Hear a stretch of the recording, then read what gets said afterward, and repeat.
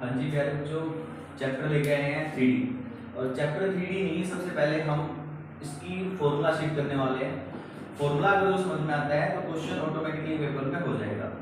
Formula क्या है देखो,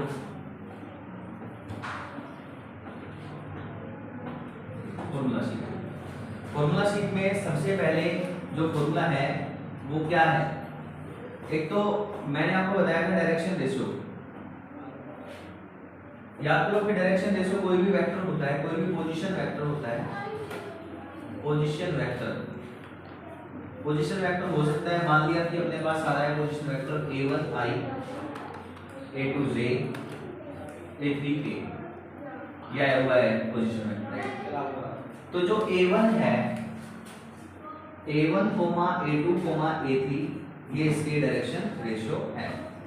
अगर जो हम बात करते हैं डायरेक्शन कोसाइन की, डायरेक्शन कोसाइन, तो डायरेक्शन कोसाइन यहाँ से इसी पोजीशन वेक्टर से कैसे निकलेगा, मैंने आपको बताया था। डायरेक्शन कोसाइन जब निकलता है तो आप उसका यूनिट वेक्टर बनाते हो, और यूनिट वेक्टर में क्या होता है, वेक्टर बाय में उसका मैग्नीट्यूड। इसका मतलब यहाँ पे डायरेक्शन कोसाइन क्या निकलेगा, a1 बाय में a1 square, a2 square, a3 square, a2 bye में a1 square, a2 square, a3 square, a3 bye में a1 square, a2 square, a3 square. आपकी बुक में किसी भी फॉर्मेट में ये हो सकता है, जरूरी नहीं कि ये a1, a2, a3 आप नोट कर रहे हो, क्या पता वहां पे a, b, c नोट कर रहे हो, तो उस तरीके से आपके पास यहाँ पे डायरेक्शन कोसाइन निकल के आ सकता है।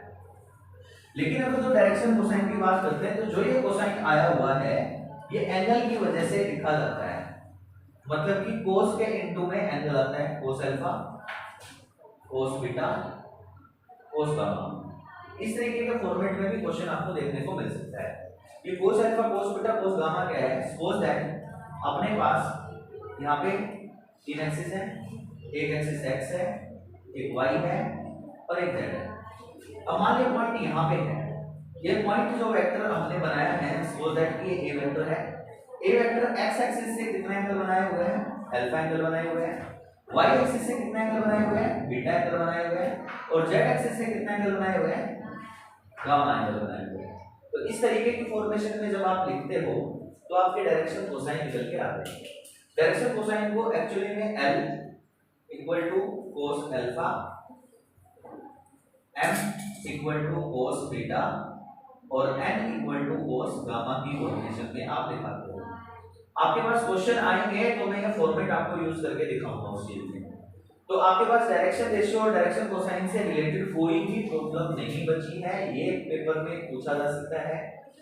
ये क्वेश्चन पेपर में आए हुए हैं, लगभग 70% यहाँ से एमसीक्यू पूछा जाता है। तो इन्हीं फॉर्मूले के बेस पे वो चीज आ जाएगी।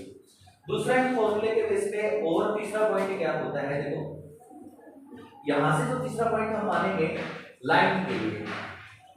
मान लिया कोई लाइन है, कोई भी लाइन, अब जो माने सपोज दैट ये लाइन है, ये लाइन है, सपोज दैट ये जो लाइन है, इस लाइन को हम एक फॉर्मेट में लिख सकते हैं, वेक्टर की फॉर्मेशन में लिख सकते हैं। मैं आपको बताऊंगा किस तरीके की फॉर्मेशन में आपको लिखना है।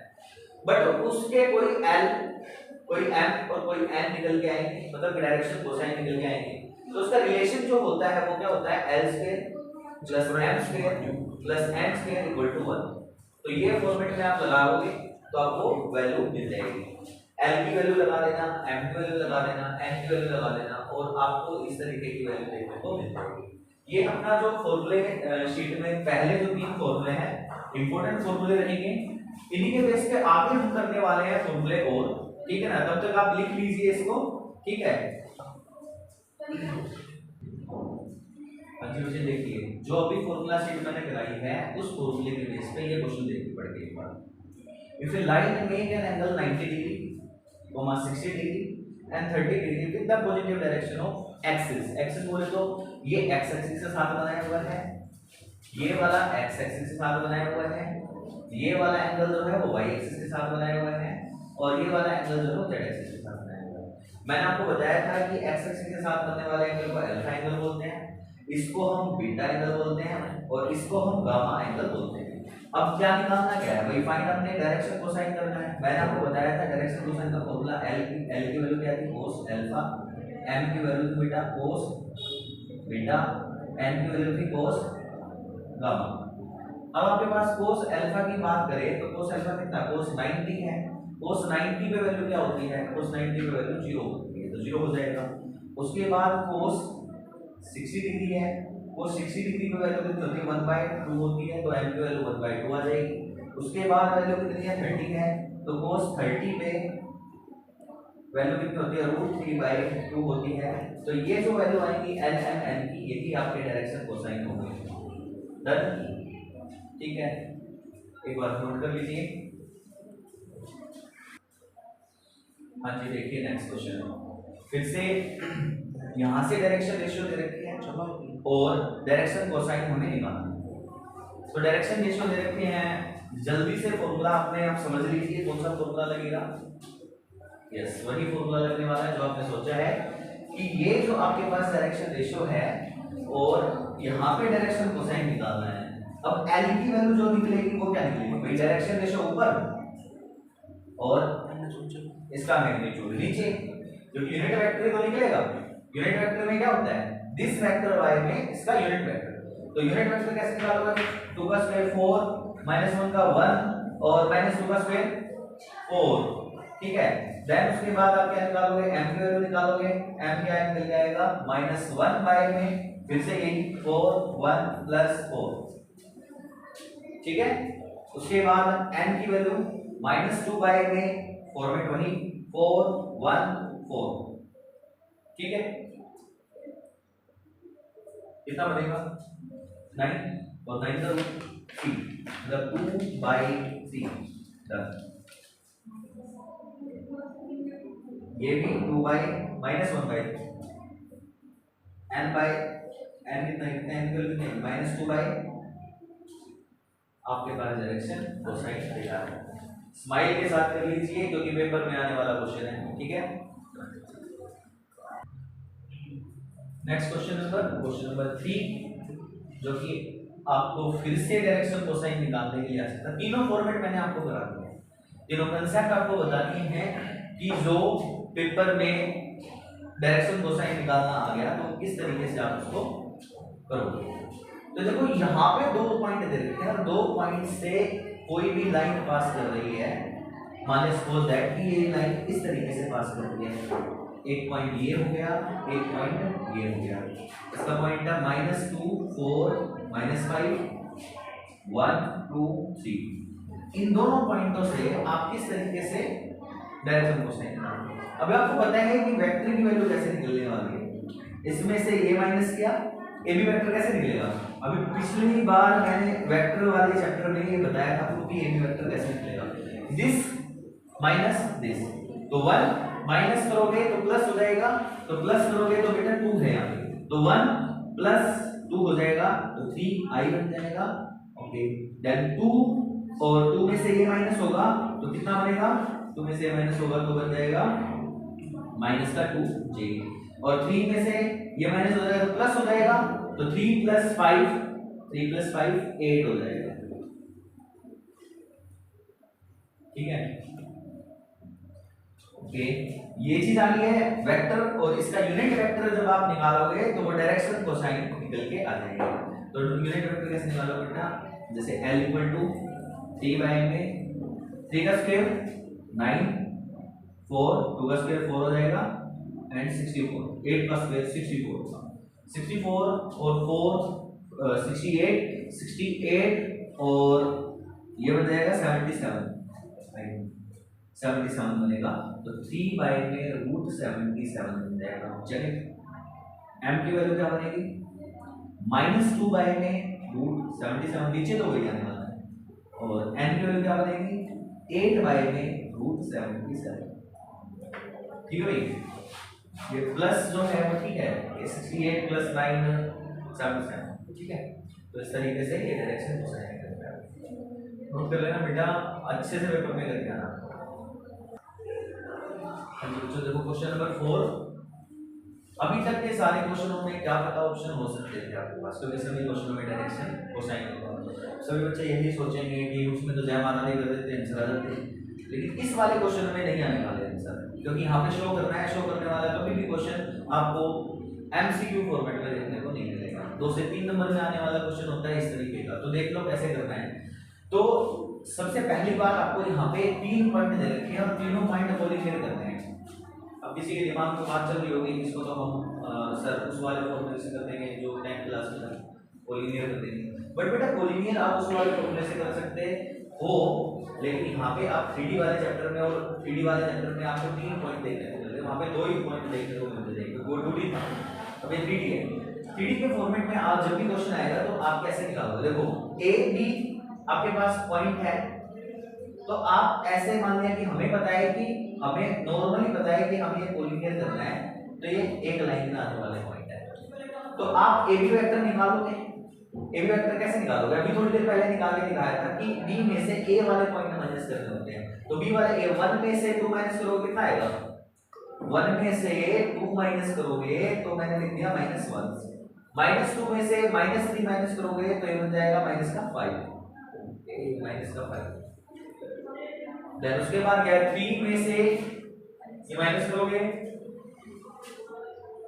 माइनस करो ना, कितना आएगा? 7, क्योंकि माइनस माइनस प्लस हो जाएगा, 3 + 4 हो जाएगा, तो 7 आ जाएगा। ये क्या निकल के आएगा? Direction ratio. अगर तो माइनस एक लगा देता हूं तो ये वेक्टर बन जाएगा, इसके साथ आई से लगा दें तो ये वेक्टर बन जाएगा। बट मैंने इसको लिख दिया डायरेक्शन रेशियो आए हैं किसके? ए बी के। अब मैं बी सी के निकाल रहा हूं भाई, सी में से बी के माइनस करने पड़ेंगे, तो माइनस करो इसमें से ये वाला। 3 में से 1 माइनस करोगे तो कितना आ जाएगा? 2। 8 में से माइनस करोगे तो प्लस का हो जाएगा, ये बन जाएगा 10। और माइनस का 11 में से माइनस करोगे तो ये बन जाएगा -14, तो ये बन जाएगा। तो बेटा हमने देखा ये भी डायरेक्शन रेशियो है, ये किसके डायरेक्शन रेशियो है? ये बीसी के डायरेक्शन रेशियो है। AB के डायरेक्शन रेशियो और BC के डायरेक्शन रेशियो जो है वो एक फॉर्मेट में आपको नजर आएंगे, रेशियो रेशियो। प्रपोर्शन दोनों में -1/2 नजर आ रहा है, -5/10, ये भी -1/2 होगा, इक्वल टू 7/5 में -40, ये भी -1/2 होगा। तो सबका क्या निकल के आ रहा है? प्रोपोर्शनल नजर आ रहा है। क्या नजर आ रहा है? प्रोपोर्शन, मतलब रेशियो जो है सेम है, उसको प्रोपोर्शन बोलते हैं, ठीक है ना? प्रोपोर्शनल।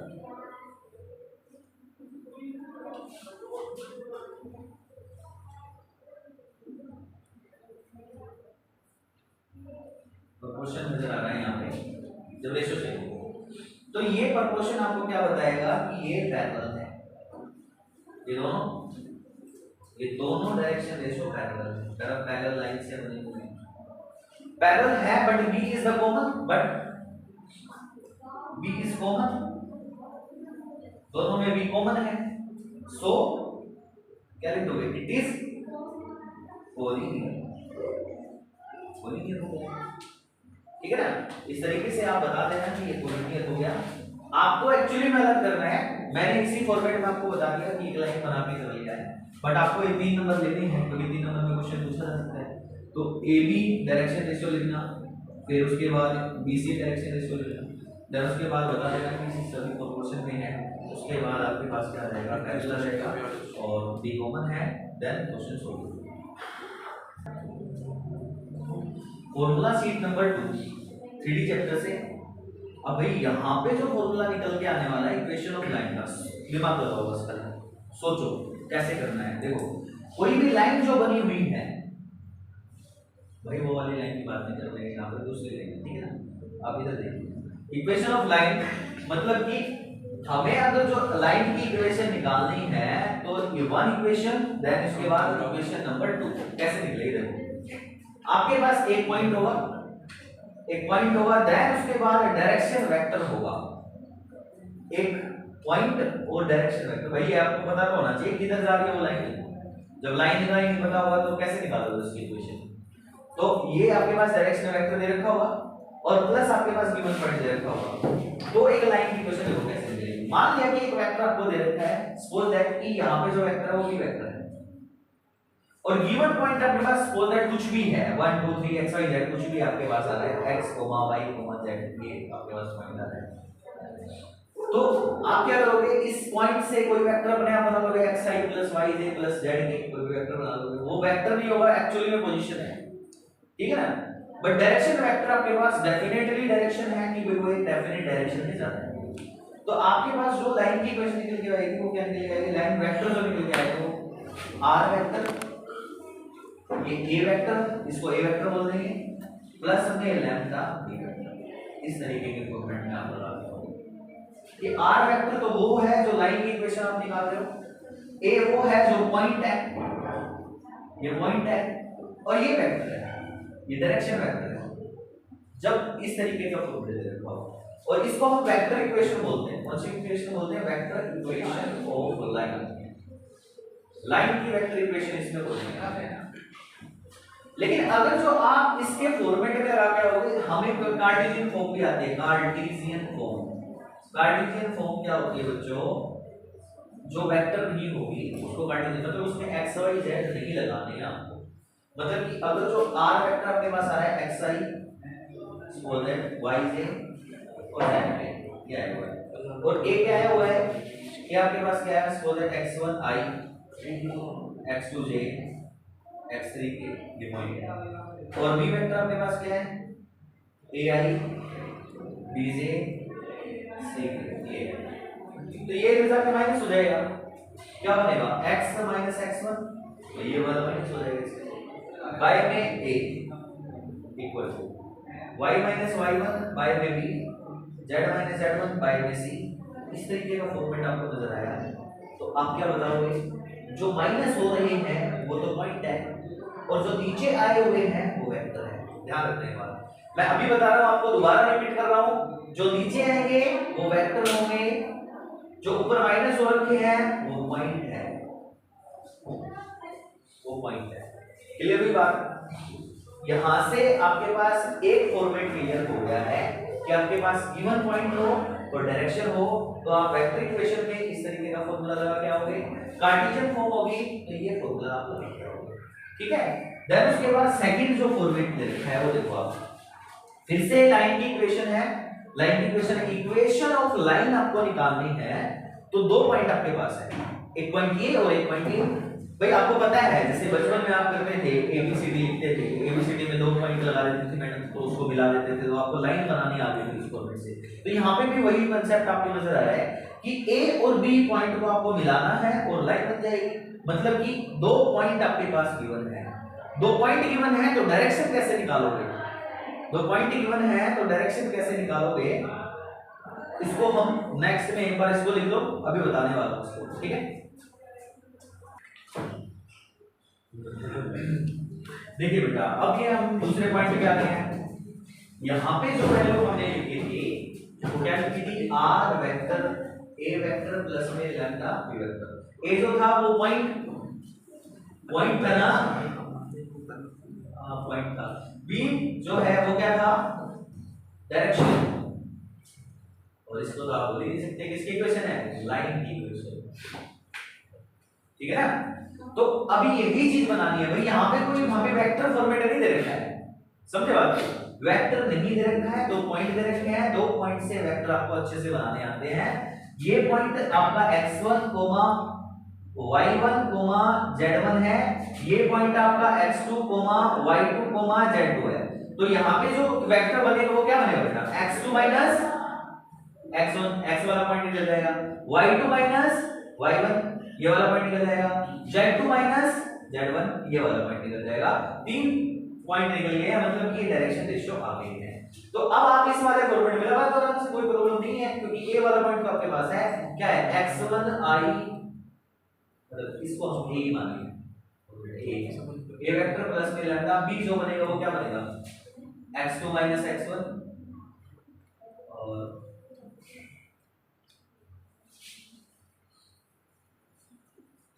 y2 माइनस y1 और z2 माइनस z1, ये बन जाएगा इक्वल टू r। ये लाइन की इक्वेशन वेक्टर फॉर्मेट में तो ऐसे ही बनाना है, बट अगर तो कार्टेशियन फॉर्मेट आ गई, कार्टेशियन फॉर्म आ गया, कार्टेशियन फॉर्म आ गया तो क्या बनेगा, नहीं ये आपके पास x था, ये x1 था, x माइनस x1 बाय में x2 minus x1, y minus y1 by में y2 minus y1, Z minus Z one by में Z two minus Z one equal to lambda, अब ये लैम्डा की फॉर्मूले में है। डन, आपकी जो कार्टेशियन फॉर्म है वो नजर आ गई आपको, ठीक है। थोड़ा सा लाइट का इशू, ठीक है, देख लीजिए लाइट के इशू में आपकी लाइट की गड़बड़ हो जाए, ठीक है ना, ये चीज देख लीजिए आप, ठीक।